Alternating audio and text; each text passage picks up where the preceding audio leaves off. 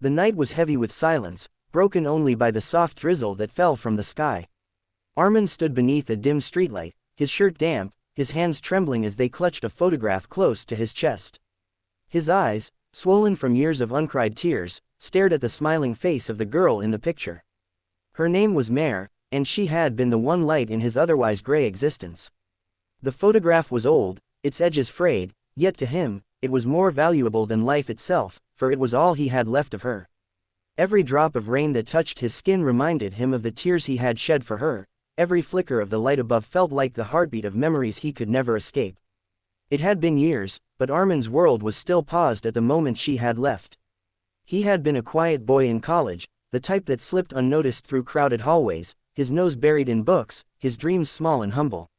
He never sought attention, never tried to stand out. And then came Mare, radiant, kind, alive in ways he never thought possible. She wasn't like others who only noticed his silence, she saw through it. One afternoon, she approached him while he was sitting alone under a tree, sketching quietly. "Do you always hide here?" she asked, her tone playful. Arman froze, unsure whether to answer.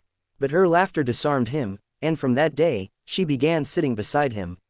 What started as casual conversations grew into something deeper, a companionship that slowly seeped into his soul.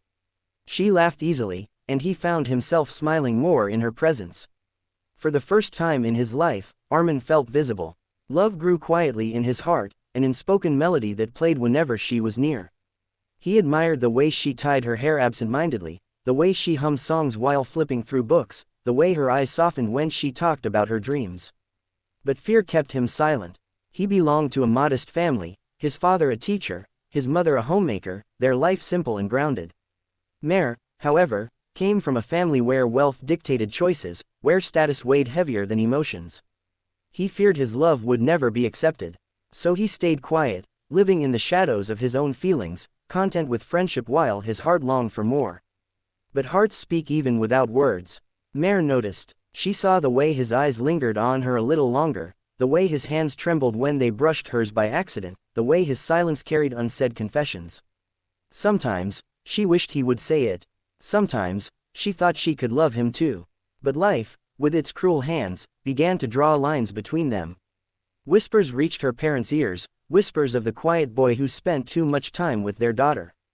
Her father confronted her, his voice stern and unyielding. "You will not throw away your future for someone who cannot give you the life you deserve. Love does not feed a family, Mare. Dreams don't build homes." Her mother pleaded softly, but the message was the same. Arman was not for her. The distance began to grow, not by choice but by force. Mare tried to fight, but each day the pressure mounted, her family's disapproval pressing like a chain around her heart. One rainy evening, she met Arman under the very streetlight where he now stood years later. Her eyes were swollen from crying, her voice barely a whisper as she handed him the photograph he still held. "I'm sorry, Arman," she said, her words breaking. "I don't have the strength to fight them. They will never accept us." Arman's world collapsed, but he swallowed his pain for her sake.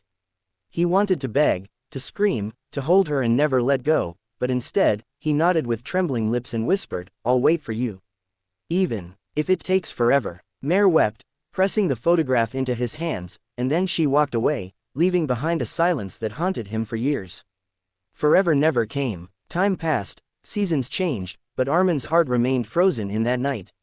He graduated, found work, lived an ordinary life in the eyes of others, but within, he was a shell carrying memories.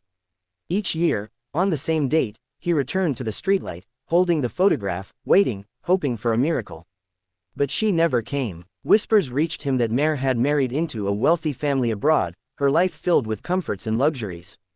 He tried to imagine her happy, but in his heart, he prayed that somewhere, somehow, she still remembered him. Years later, a letter arrived. The handwriting was shaky, the words uneven, yet unmistakably hers. Mare wrote of her unending love, confessing that she had never forgotten him. She wrote of her marriage, a cage that bound her, and of the pain of living without the one she truly loved. But the letter carried a heavier truth. She was ill, a cruel sickness eating away at her, leaving her with only days to count. "I wanted you to know," the letter read, her tears bleeding through the ink, "that I loved you then, I love you now, and I will love you until my last breath." Arman's hands trembled as he read. Without wasting a moment, he rushed to find her, his heart racing with desperate hope. But fate had closed its doors. By the time he reached her city, it was too late.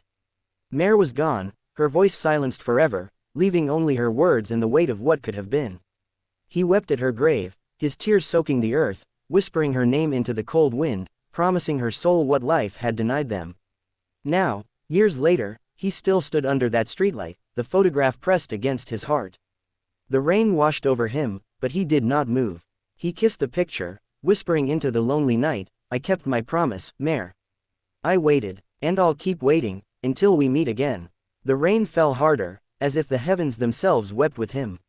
And in that moment, the world felt both unbearably heavy and achingly beautiful, a love unfinished, yet eternal, bound not by time or acceptance but by the undying devotion of a broken heart. Arman remained under the streetlight, a solitary figure against the storm, his love carried on in silence, endless and pure. And though the world would never know the depth of his story, the rain, the night, and the photograph would always remember.